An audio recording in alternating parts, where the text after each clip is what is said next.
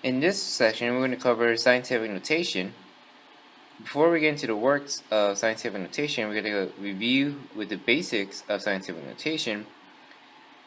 Remember, we covered this in 4.2, so go back to chapter 4 if you need to relearn scientific notation.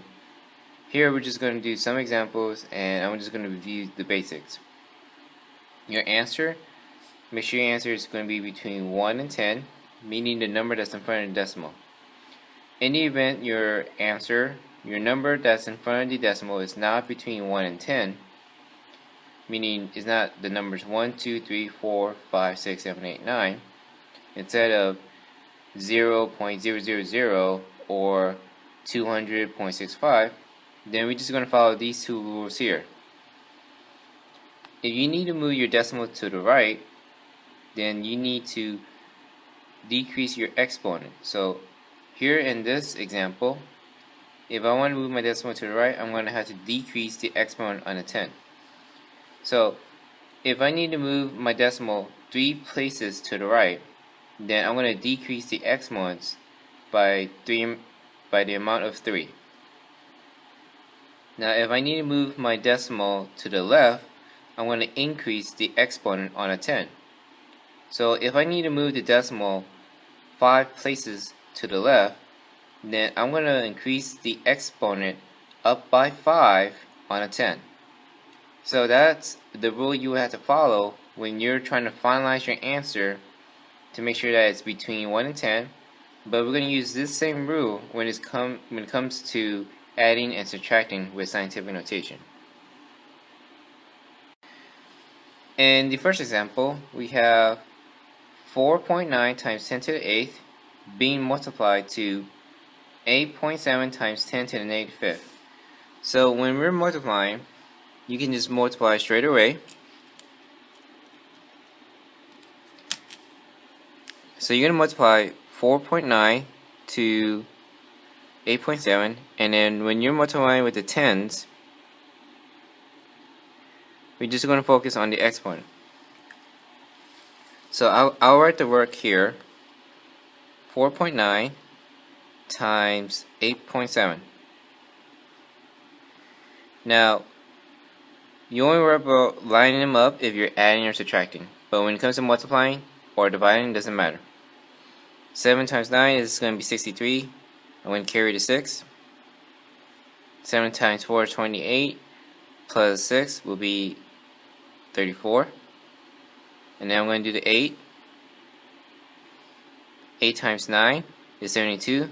So I'm going to skip one space and put the 2 here. Carry the 7.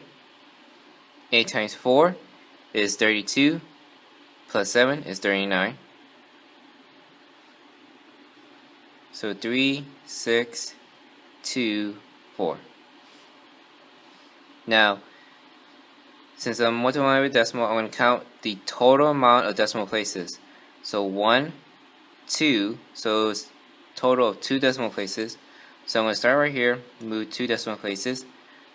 So this part is 42.63. Alright, now for the tens, I'm going to write it in a different color.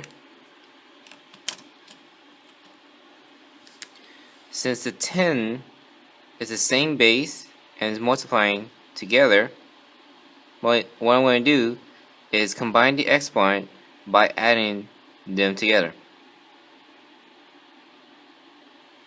So 8 plus negative 5, then it would be 10 to the third power. So my answer is, not my final answer, but my answer is 42.63 times 10 to the third power. Now 42 is not between 0 and 10.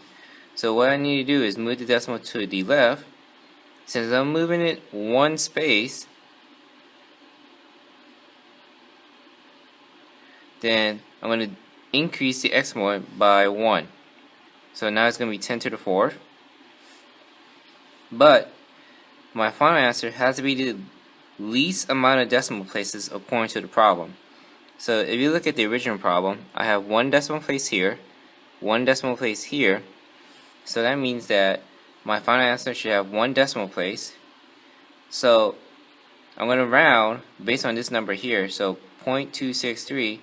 Since this 6 is above 5, I'm going to round up to 4.3 and then write 10 to the 4th power. So that is my final answer. And then let me box that up.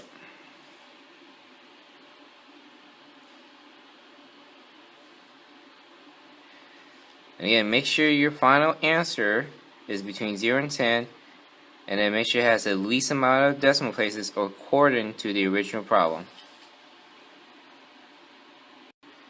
In this example, when we're dividing, it's going to be the same thing as what we did for multiplication.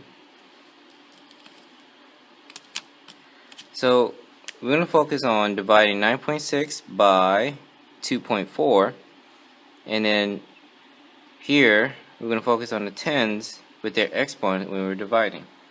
So let's focus on the 9.6 divided by 2.4. So when we're dividing, I'm going to set up in long division. 2.4 divide 9.6. Now, if you're worried about decimal, we're just going to put a decimal here. But if you don't want to work with decimal when you're dividing, all you have to do is we're going to make these into whole numbers. So for example, if I'm going to move this decimal one place to the right, then I'm going to do the same thing here, one place to the right. So when it comes to dividing, move by the same amount for both numbers, by the same amount. So this will be 24 dividing 96, or should I say 96 divided by 24. Now, we're going to check how many times 24 will go into 96. So if I'm guessing 3, this is what I would check. So 3 times 4 is 2, carry the 1. 3 times 2 is 6, plus 1, that's 72. Alright, it's still below 96, so what can I do if I do times 4? 4 times 4 is 6, carry the 1. 4 times 2 is 8, plus 1, that's 96. So we just found out that 24 can go into 96 4 times. So when I multiply, this will be 96. Subtract, my remainder is 0, so that's okay. So if it's a remainder 0, this is going to be 4 for this part here. Now for the tens, since it is dividing, then it means that we're going to subtract the exponent top minus bottom. So my top is 2 minus my bottom exponent, which is negative 3. And then notice how I put an extra set of parentheses on negative 3 because I'm subtracting by a negative number. So that means that when I simplify my exponent, it's actually 2 plus 3 because of the minus negative 3.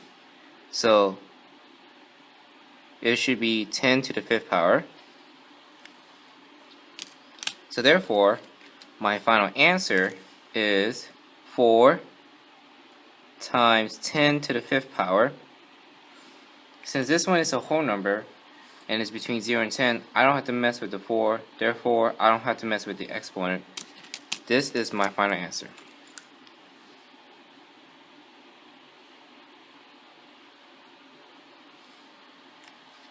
So when it comes to scientific notation, make sure to remember the laws of exponents when you're multiplying and dividing.